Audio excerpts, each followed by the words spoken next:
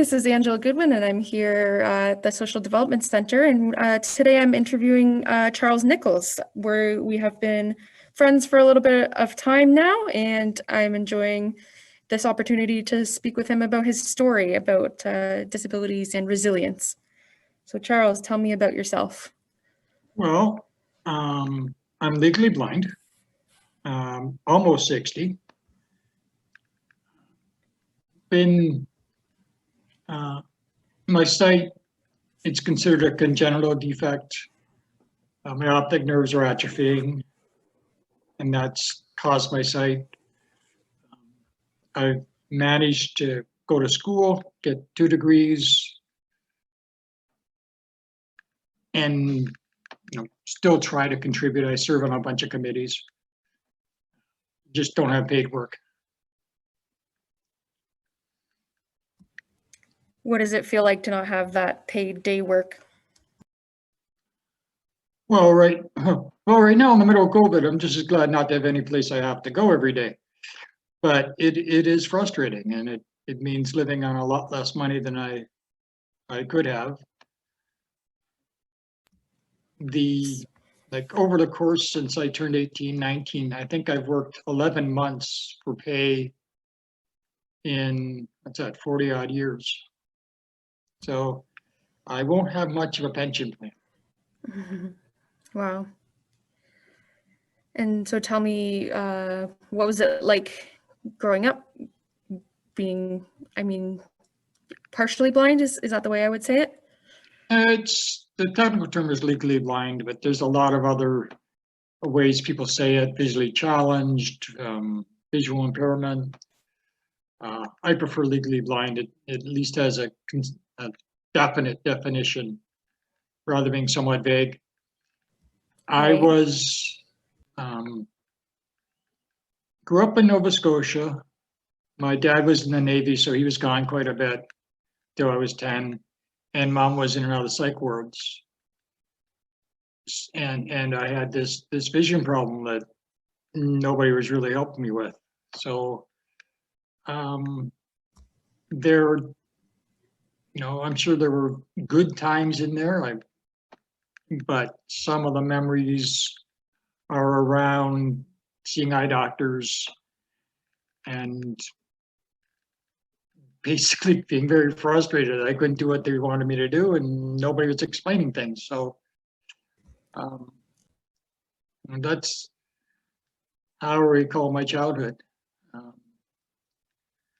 At one point, when I was about 13 or so, I was seeing yet another specialist who told my dad, who told me that I would never amount to more than the janitor. And yet, I already been labeled a gifted student, possibly a genius, and it became very confusing. But I can imagine. And how do you think that impacted you kind of day to day, not only being told you won't amount to much, but also being blind? How did you kind of go through, school, high school, and 2 university degrees?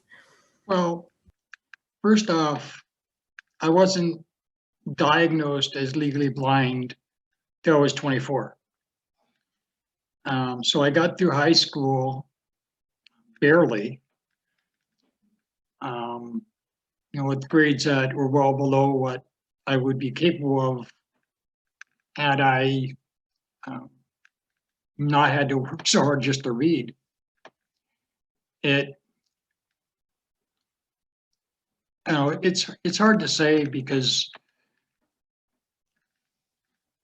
I don't know what it would be like otherwise, right? I have nothing to compare it to. But I went through 3 years worth of math textbooks by the time at Christmas of grade 9. So I did the grade 9, 10, and partway through the grade 11 textbook in one semester. So I figured that I be able to get into university out of high school and, have a career in math. Didn't happen. There was no way I was ready for university when I left high school. I was already living on my own, so it I tried. I did go to Western for like semester and a half, but it didn't. I wasn't ready for it. I wasn't mature enough for it. Perhaps if I don't know, I've got to try to do this with the computer, but I wrote about the being told I wouldn't amount to anything.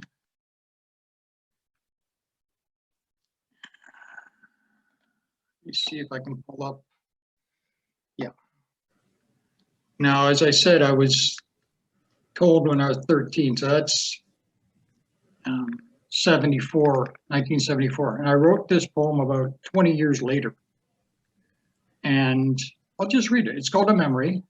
It goes, that awful memory still haunts me. I want to be free to just be. You'll never be anything. In my ear still rings. I know the meaning of being nothing. I've known sadness, much loneliness and emptiness, rarely happiness. Still I go on writing this song like nothing's wrong, but for how long? Is my destiny fixed by a memory, or can I be simply me?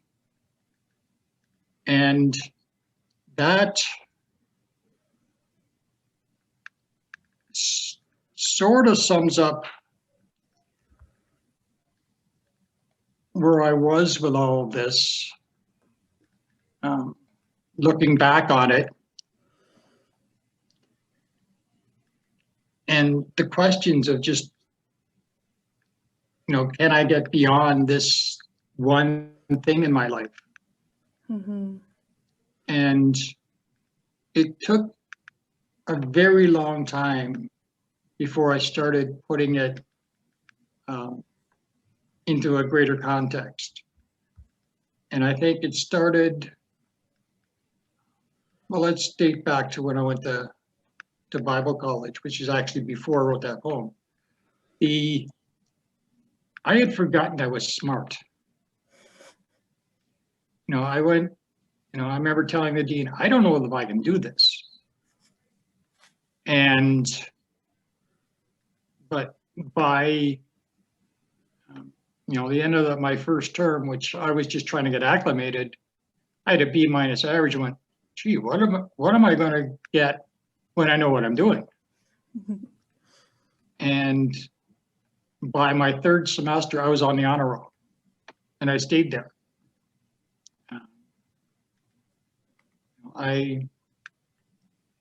When I transferred to U of Waterloo, I also made the honor roll. At that point, as an English student, the two schools define their honor roll differently. Emmanuel Bible College, it was term by term. At UW and probably most universities, your aggregate average. So I spent my first 2 years taking 3 courses a term and made the honor roll. Had those grades like around A- for my first 12 courses. And when I graduated with my most recent degree, I graduated on the honor roll. So I am smart. Mm-hmm. And, but everything takes me longer. Obviously, to write term papers, you do a lot of reading. And the one thing a blind person has trouble with is reading. Now, there are a lot of technologies now that weren't around when I was a kid. So even computers weren't really around when I was a kid. So if you think of text-to-voice software, that really helps out with having to get through a bunch of material. And I think the biggest thing I learned, and maybe only recently, is that, amounting to something is pretty vague. And who's determining what, what the criteria is, what the yardstick is. And if, some people say, whoever dies with most toys wins. Well, that's not always the best measure. I don't buy into that. Maybe I did for a while when I was younger. Holding down a job, the way my parents did, not happening for me. But I've got 2 degrees, that's to be proud of. I contribute to society, on a bunch of committees, done a bunch of writing.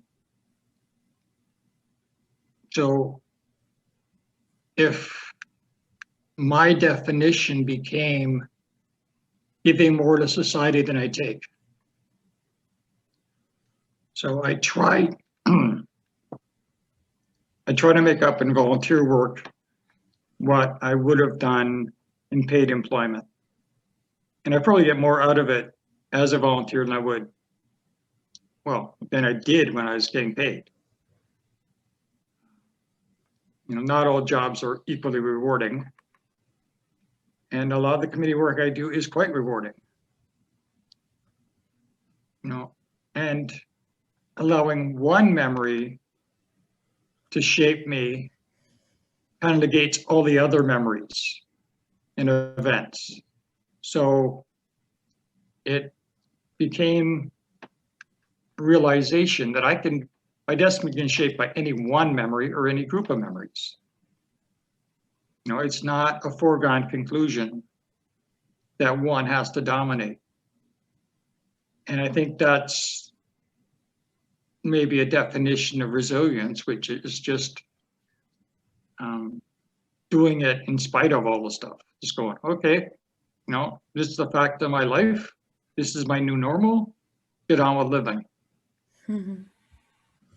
And, we talk about disabilities, or a lot of people talk about disabilities. This person can't do anything. And that's just not the case. Do I concentrate on the 94% of normal sight I do not have, or the 5 or 6% that I still have? Well, now it's down to 4, I think. But trying to be positive and put one foot in front of the other, that's resilience. We're not resilient because we have disabilities. We manage our disability because we're resilient. And I think everybody has the potential to be resilient. It's a skill, it's learned, it's a pattern of thought and behavior. But most of us have to work at it. Especially, with COVID. A lot of us have had our lives changed, limited in some way, I guess, because you can't just go out wherever you want to, whenever you want. So it's making the adjustments. And, maybe realizing that this is for a time. It's not permanent. And, there are potentials in each day. And I think we'll do it differently. Each person does it a bit differently, I think. For me, I'm usually a shut in the winter anyway. So this virus hit last winter. And other than my roommate getting sick, there wasn't a great deal of change in my day-to-day stuff. Although I ended up watching a lot of news that was kind of depressing about the virus. So I, for a time, stopped watching and did other things that kept my mind occupied rather than just sitting and vegging and drinking all the time. And I still do that. There are lots of courses on university level courses on YouTube, and I've been listening to them.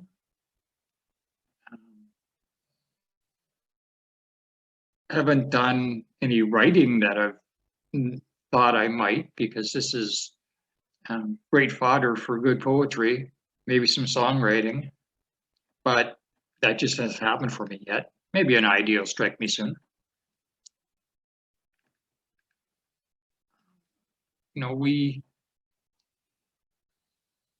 We accept what we can't change. There's that old serenity prayer that you would hear at AA and a lot of other places. God grant me the serenity to accept the things I cannot change, the courage to change the things I can, and the wisdom to know the difference. Trying to change something you can't change would be very, very, very frustrating. And I think I spent some time trying to change stuff I couldn't change. I've learned my lesson. I don't always have the wisdom to know the difference. I think that's a growing thing. And courage doesn't just happen. You have to kind of work at it. Hopefully I'm getting better. I don't know if that answers your questions or not, but that's what I got. That was great. I didn't want to interrupt because it was so good. Do you want to go now into kind of society stuff, or focus more on those COVID questions? Yeah, I think I'd prefer the more society stuff. Okay. My question was just going to be, why doesn't our society work that way? Why doesn't it see the resilience and look at the positives? I wonder about that. Maybe part of it is because of how the news media works, that if it bleeds, it leads. You don't often get positive stories in news media. A couple of networks make a point of putting something at the end of their broadcast that is a bit more positive. But I don't know why society sees what you cannot do, what we cannot do, before it sees what we can do. Maybe because the first thing someone sees is my white cane or someone's wheelchair. Spotting, you can't look at somebody and tell them whether they're smart or not, right? And much of what people do is outside the view of the average person. You just don't see it. So if you don't, out of sight, out of mind. You don't see it happening. You don't realize, you don't give it a second thought. At the same time, we're not Supermen. We're not, yeah, I can do a fair amount, but that doesn't do away with the things that I cannot do. Mm-hmm. And, I recall a woman I was dating at the time who had the bad habit of pointing to things. Look over there, look over there. Going, huh? And she saw how much I could do and forgot, momentarily at least, that no, I can't see something across the road.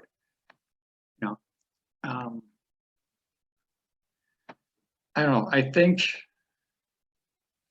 for society to recognize people with disabilities in a more conscious way, some of us have to step out of the shadows and be transparent about what we can and cannot do, what we actually do, but not,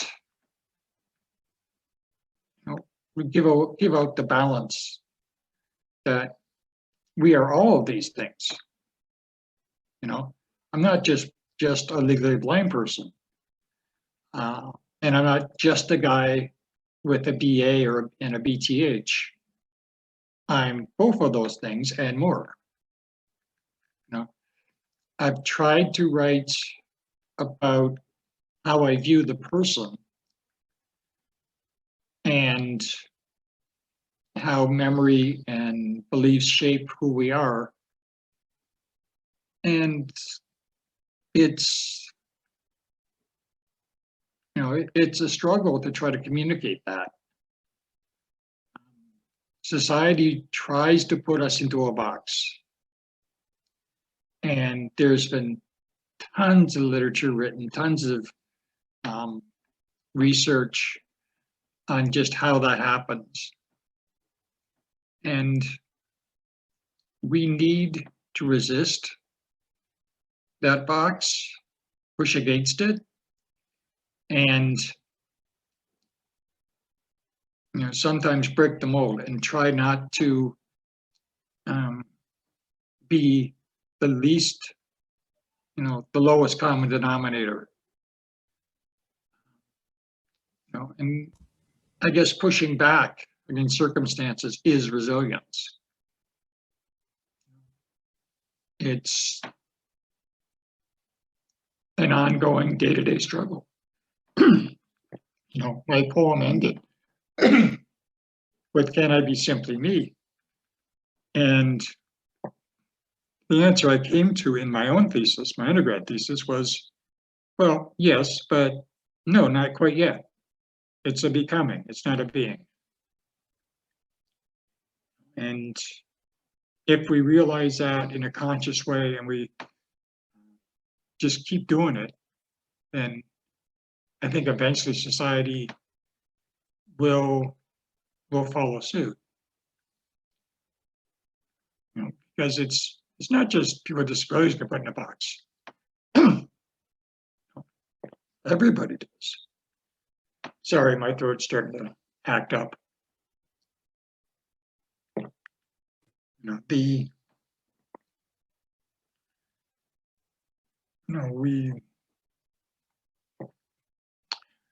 I think as a society, we need to rethink how we see people.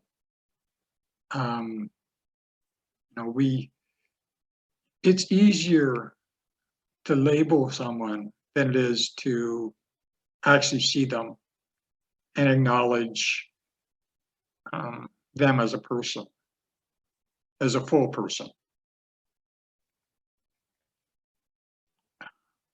And I'm not really sure what our step from here is towards that. Maybe it's to talking more, writing more, accomplishing some of the things that, like academics think matters. And maybe it's starting to come around. Disability studies has advanced quite a bit in the last few years, where there might have been 1 or 2 journals, now there's a dozen or so, and some very accomplished writers who write both from an academically, but have a lived experience component.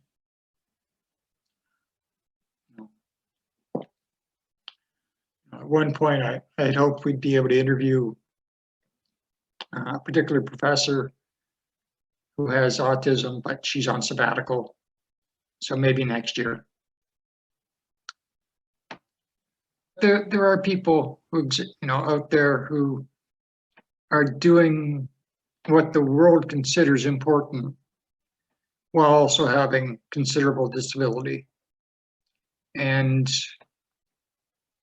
it's almost you have to go looking for them. And by and large, society doesn't go looking for these people. You don't have a reason to unless you're actually in that field of study. So some of it is taken out of the world of academia and, writing for a more general population. It's to learn, you have to have a teacher. So we need some people to step up and be those teachers who, teach for a general audience, who have that kind of reach. Because if you're acting without knowing, making judgments without knowing, well, you're judging before knowledge, which is almost literally the definition of prejudice. And it cuts both ways. Okay, we have I probably have preconceptions about people who are not disabled, whoever they are, right? The ones that go through life without any real struggles. But when I sit and think, I realize, yeah, they do have struggles. They're different ones. Maybe they have some of the same ones, I don't know. But it's, I don't know how you stop making those assumptions or how you challenge those assumptions in yourself. But it's a necessary thing to do. It has to be on the individual level before it becomes on the society level. So,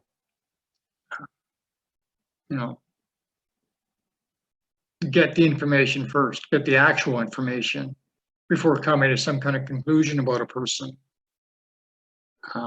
If you saw Stephen Hawking, now the late Stephen Hawking, who had ALS, Lou Gehrig's disease, you might, just write him off if you didn't recognize his face. But he was actually the smartest person in the world during his lifetime, and made some major contributions to the world of science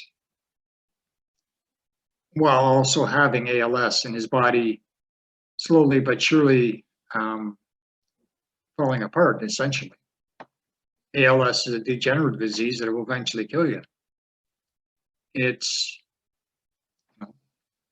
both things were true.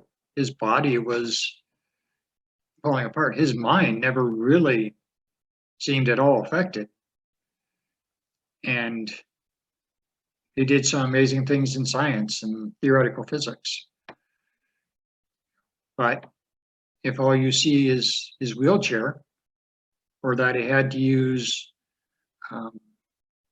text-to-voice software so that you could hear him because he had his vocal cords removed, then you'd miss out, right? And I'm sure there are other examples but you have to go looking for those examples. Just as there are probably, I'm sure there are some able-bodied people who just kind of float through life and don't really make a difference, don't really invest in their community. They're more about self. And yet that too is an assumption I'm making. I don't know when I meet a person who they are, what they're about, what they've done. And I have to challenge myself to not jump to any kind of a conclusion for or against. Right. And what do you, I think one piece that I think we touched on earlier, but I want to make sure we include is What about those who in this eyes of society, can't contribute, or they have a disability, and it could be an intellectual disability? Like, where does their value and their resiliency lie too? It's tough with an intellectual disability or something that, like Alzheimer's, where your memory goes and your reasoning power isn't quite there.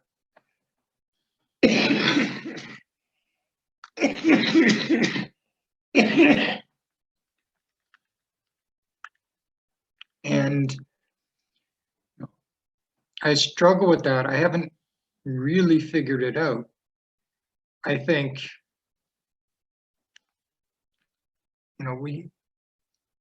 it's an important question to ask. I just don't know that I have a really great answer. But, being slow, being on the spectrum,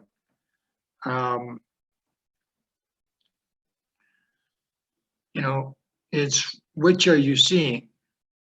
Maybe instead of the glass being half full or half empty, it's 1/4 full. But do you see what's there, or do you see what's not there? Some people bring joy into the world in spite of limitations. I know there are extreme situations that we could pull up, and it is more difficult to see even any positive. But I remember somebody telling me that and this is a person on the spectrum, who was, in her own words, almost normal. And she said that the people lower down on the spectrum had it easier because they don't have the same frustration of being almost okay. And, I think she said that they don't realize they're disabled. Like, some people they are who they are. This is my life. And don't compare their lives to other people's. And that's probably a good thing, to not compare. But no, it is a harder thinking through when it comes to like severe intellectual disability. Obviously, we're taping this before the panel happens, and maybe that'll come up. I'm looking forward to seeing and listening to that. Mm-hmm. But I still don't have those kinds of answers. Not yet. Yeah, that's always an ongoing journey of learning too. I thought of the quote, "Comparison is the thief of joy," and it was attributed to President Teddy Roosevelt. That's what your conversation made me think of, and it's very true that when you're always comparing, it doesn't matter who you are. When you're comparing to somebody with more, or you're comparing yourself to someone less, you're not being joyful. You're not allowing what exists to inspire joy, regardless of a comparison to someone else. Well, I'll throw in another quote. You might recognize it. "Contentment with godliness is great gain." It's really hard. Contentment is something I think you got to learn, but it's also a decision you make day in and day out. And no, I was never content being poor, but I managed to get out of debt. And even out of debt, I had a schedule. And it's a lot easier to be content. Now, I don't have a credit card, but I haven't needed a credit card for 6 years. So maybe I don't need to go get one. And my money is my own. I owe nothing to anybody in the financial sense. And I can be content as long as I have a roof over my head and enough to eat. And maybe in part because I remember not having those things. It's, I think contentment might be what we need to aim at. Because we're not all going to have equal power in society. That just doesn't happen. We're certainly not all going to have equal share of the material goods. That just doesn't happen. But we can work towards having something more equitable than we have now. And pushing for changes that help those with less than we have, who should not necessarily be content with the situation they're in.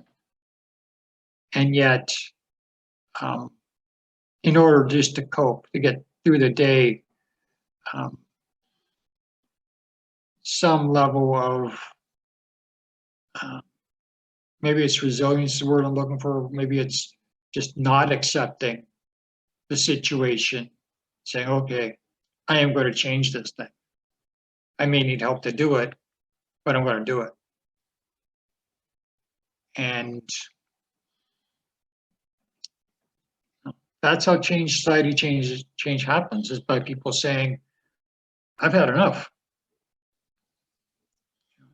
Think about the massive demonstrations in the States over the summer, spring and summer.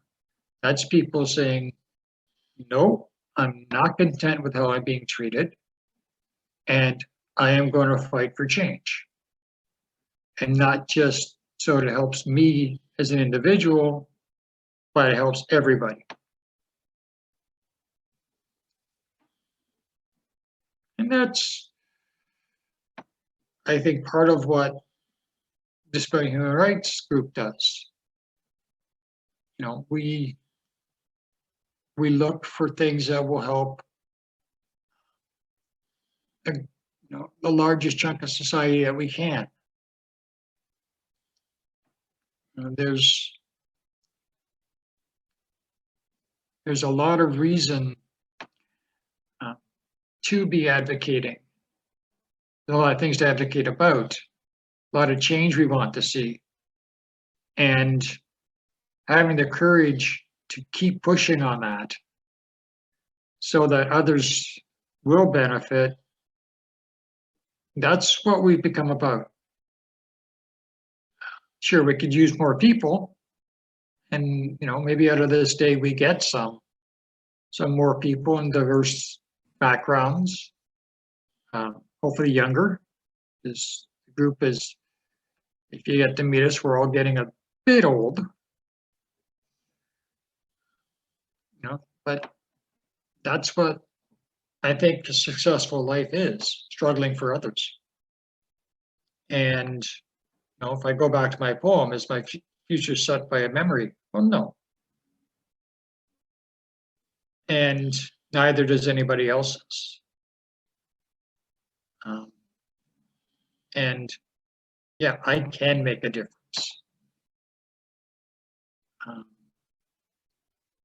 And it's accepting that some things, there's some good stuff in my life and some bad stuff in my life. And it's,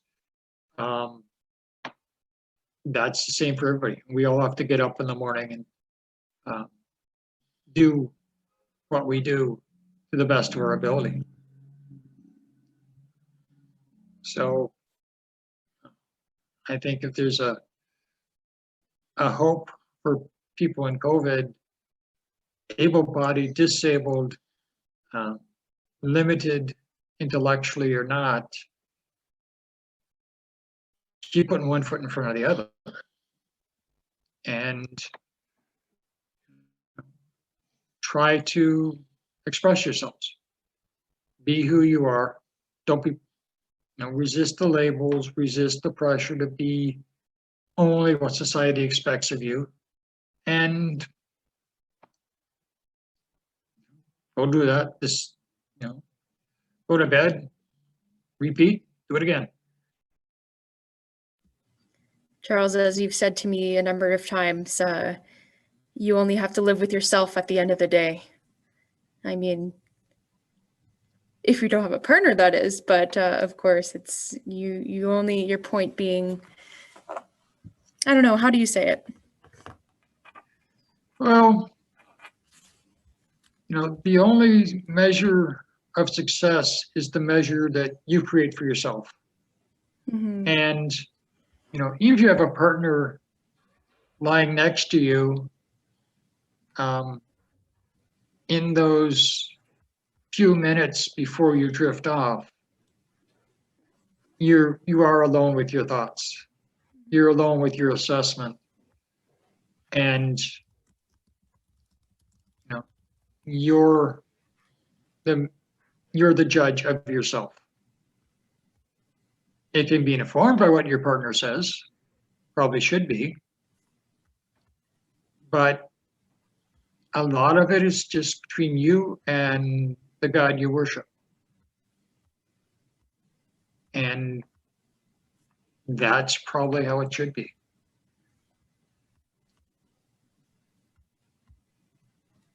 Well, thanks, Charles. Unless there's anything else you want to touch on, I think that's really great for today. Okay, well, happy day for the people with disabilities. Let's go make some changes. That's great.